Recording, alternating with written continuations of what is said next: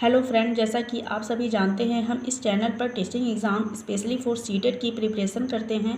जैसे कि हमने पिछले क्लास में देखा था कि ग्रोथ एंड डेवलपमेंट के बारे में जाना था कि वृद्धि और विकास क्या होती है। वृद्धि एक समय के पश्चात रुक जाती है, लेकिन विकास जो होती है वो जीवन पर्यंत चलती रहती है। इसके बाद हमने देखा था कि इसके कुछ डिफरेंसेस होते हैं, यानी कि वृद्धि को मापा जा सकता है, शरीर की लंबाई, भार, इसे हम लोग माप सकते हैं। लेकिन गुणात्मक परिवर्तन, जैसे कि किसी बच्चे में कितने नैतिक मूल्यों का विकास हुआ है, ये सारे गुणात्मक परिवर्तन में आते हैं, जिसे हम लोग नहीं माप सकते हैं। और विकास जो होता है वो निरंतर चलता रहता है, ये जीवन पर्यंत चलने वाली प्रक्रिया होती है। लेकिन वृद्धि जो होती है वो निरंतर नहीं होती, यानी कि जब बच्चा परिपक्व हो जाता है तो वृद्धि एक समय के बाद रुक जाती है। ये सब हमने पिछले क्लास में देखा था। आज हम लोग जानेंगे कुछ शारीरिक विकास, यानी कि फिजिकल डेवलपमेंट के अंतर्गत ये आते हैं ग्रोस मोटर स्किल और fine motor skill. Gross motor skill ऐसे स्किल्स को कहा जाता है जिसमें शरीर की बड़ी मांसपेशियां कार्य करती हैं, जैसे कि दौड़ना, कूदना, ये सभी ग्रोस मोटर स्किल के अंतर्गत आती हैं। और फाइन मोटर स्किल्स जिसमें कि छोटी छोटी मांसपेशियों का उपयोग होता है, जैसे कि उंगलियों का उपयोग करके हम लोग कोई कार्य करते हैं, जैसे कि लिखना, मेकअप करना या लिपस्टिक लगाना।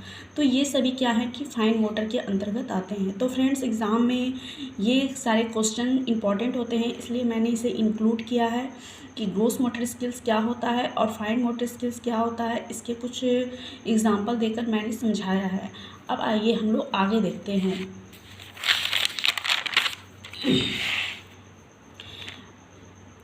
Factors affecting growth and development, यानी कि वृद्धि और विकास को प्रभावित करने वाले कौन कौन से कारक होते हैं। पहला है वंशानुक्रम, यानी कि हेरिडिटी। हेरिडिटी क्या होता है फ्रेंड्स कि जो हमें अपने पूर्वजों से जो जीन्स मिलते हैं, उसी के आधार पर हमारे शरीर की आकृति, हमारा व्यवहार, हमारी बुद्धि बहुत हद तक काफ़ी प्रभावित होती है। आइए हम इसको देखते हैं। वंशानुक्रम एक पीढ़ी से दूसरी पीढ़ी में संचरित होने वाली प्रक्रिया है, यानी कि अक्सर हम ये देखते हैं कि अगर कोई बालक होता है तो उसका बालों का रंग, उसका त्वचा का रंग, उसके बोलने का तरीका, चलने का तरीका बहुत हद तक उन्हें अपने माता पिता से मिलता है या उनके पूर्वजों से मिलता है।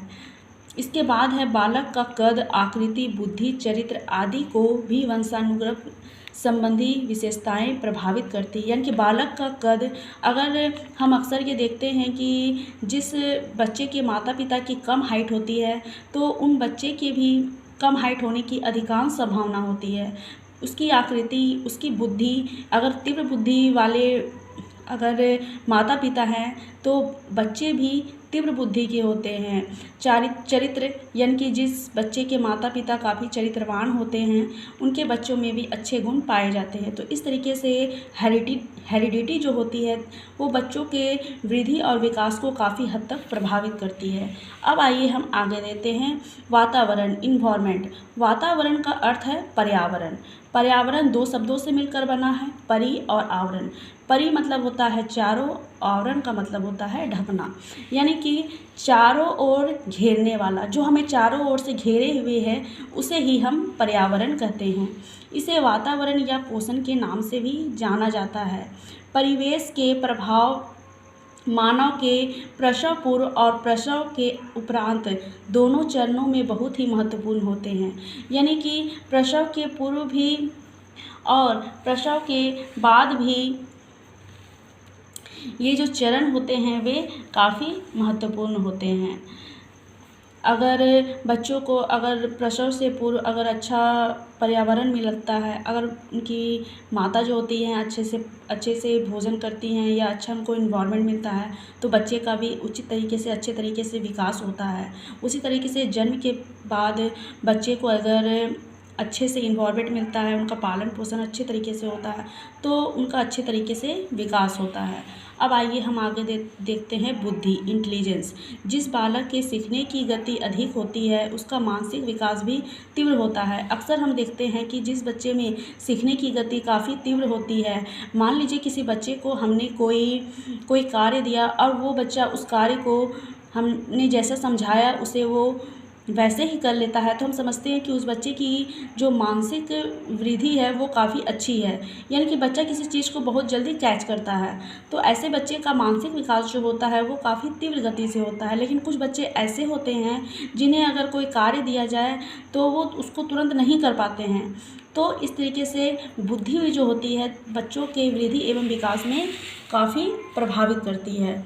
बालक अपने परिवार, समाज एवं विद्यालय में अपने आप को किस तरह समायोजित करता है यह उसकी बुद्धि पर निर्भर करता है। यानी कि बच्चा समाज में किस तरीके से अगर मान लीजिए कोई प्रॉब्लम आ गई है तो उसको किस तरीके से वो सॉल्व करता है या समाज में उसे किस तरीके से व्यवहार करना चाहिए, ये सारी चीज़ें जो होती हैं वे कहीं न कहीं बुद्धि से काफ़ी प्रभावित होती हैं। अब आइए हम आगे देखते हैं सामाजिक कारक, सोशल फैक्टर्स। सामाजिक व्यवस्था, रहन-सहन, परंपराएं, धार्मिक कृत्य, रीति रिवाज आदि सामाजिक विशेषताएं प्रभावित करती हैं।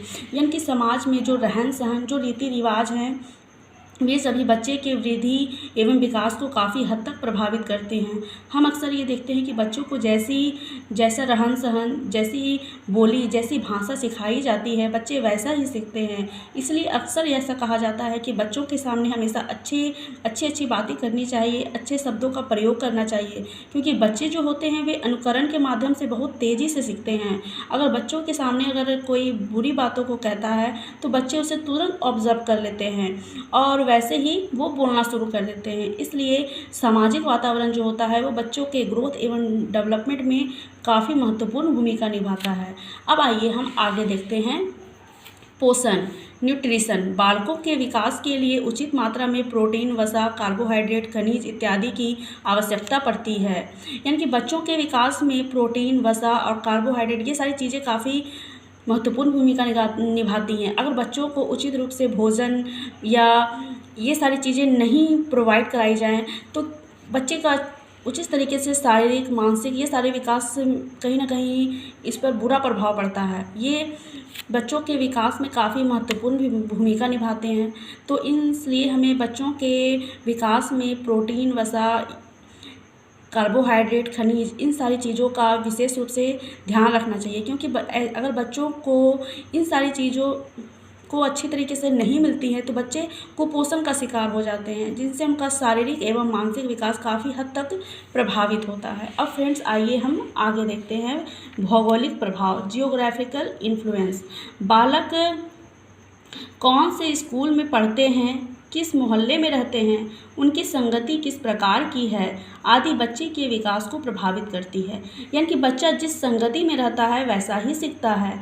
अगर बच्चों को अच्छी संगति ना मिले तो वो बुरे व्यवहार को भी सीख जाते हैं, क्योंकि बच्चे अनुकरण के माध्यम से काफ़ी तेज़ी से सीखते हैं। अगर बच्चा को उचित पर्यावरण, उचित संगति ना दिया जाए, अगर वे अच्छे माहौल में नहीं रहेंगे तो वो बुरे व्यवहारों को सीख जाएंगे। इसलिए भौगोलिक वातावरण बच्चों के ग्रोथ एवं डेवलपमेंट में काफ़ी महत्वपूर्ण भूमिका निभाता है। इसलिए हमें इन चीज़ों को ध्यान में रखना काफ़ी इम्पॉर्टेंट हो जाता है। अब आइए हम आगे देखते हैं अंतःस्रावी ग्रंथियाँ, एंडोक्राइन ग्लैंड्स। हमारे हार्मोन हमारे शरीर के विभिन्न कार्यों को प्रभावित करते हैं। बच्चों में सामान्य शारीरिक वृद्धि और विकास के लिए उनका नियत समय पर कार्य करना ज़रूरी है। यानी कि हमारे शरीर में जो अंतःस्रावी ग्रंथियाँ होती हैं वो बच्चों के वृद्धि एवं विकास को काफ़ी हद तक प्रभावित करती हैं। अगर इनका उचित तरीके से अगर स्राव होता है तो फिर बच्चे का उचित शारीरिक, मानसिक विकास होता है। लेकिन अगर ये उचित तरीके से कार्य नहीं करती हैं तो इससे बच्चे का विकास काफ़ी हद तक प्रभावित होता है। अब हम आइए आगे देखते हैं। अब है अधिगम, यानी कि लर्निंग किस तरीके से हमारे ग्रोथ एवं डेवलपमेंट को प्रभावित करती है इसके बारे में हम जानेंगे। लर्निंग का मतलब होता है सीखना। हम किसी न किसी रूप में अक्सर सीखते रहते हैं। ऐसा नहीं है कि हम बुक के माध्यम से ही सीखते हैं, कभी कभी दैनिक जीवन में भी कुछ कार्य करते समय या कहीं हम जब ट्रैवल करने जाते हैं तब, या कुछ लोगों से मिलते हैं तो उनकी बातों के द्वारा अक्सर कुछ ना कुछ हमें सीखने को मिलता ही रहता है। आइए अब हम आगे देखते हैं। जिसके द्वारा हम कुछ ज्ञान अर्जित करते हैं या जिसके द्वारा हमारे व्यवहार में परिवर्तन होता है, उसे हम लर्निंग कहते हैं। यानी कि लर्निंग के माध्यम से हमारे व्यवहार में काफ़ी परिवर्तन होता है। अक्सर हम इसके माध्यम से बहुत कुछ सीखते हैं और लर्निंग के द्वारा ही हमारे व्यवहार में परिवर्तन आता है। गेट्स के अनुसार अनुभव द्वारा व्यवहार में रूपांतरण लाना ही अधिगम है। यानी कि फ्रेंड्स, ये जो मनोवैज्ञानिक के जो कथन होते हैं ये काफ़ी इम्पॉर्टेंट होते हैं। अक्सर एग्ज़ाम में इस तरीके से क्वेश्चन पूछे जाते हैं। आप अगर सीटेट का क्वेश्चन उठा करके देखते हैं तो इस तरीके के क्वेश्चन अक्सर एग्ज़ाम में आते हैं। यानी कि अनुभव द्वारा व्यवहार में रूपांतरण लाना ही अधिगम है, ये दे दिया जाएगा और पूछ सकता है कि ये किनका कथन है। तो इन सारी चीज़ों को ध्यान में रखना काफ़ी इम्पॉर्टेंट हो जाता है। अब आइए हम आगे देखते हैं। Role of a teacher in growth and development of children, यानी कि बच्चों की वृद्धि और विकास में टीचर की क्या भूमिका होती है, किस तरीके से हम बच्चों का उचित रूप से ग्रोथ और डेवलपमेंट कर सकते हैं, शिक्षा में किस तरीके से हम इसे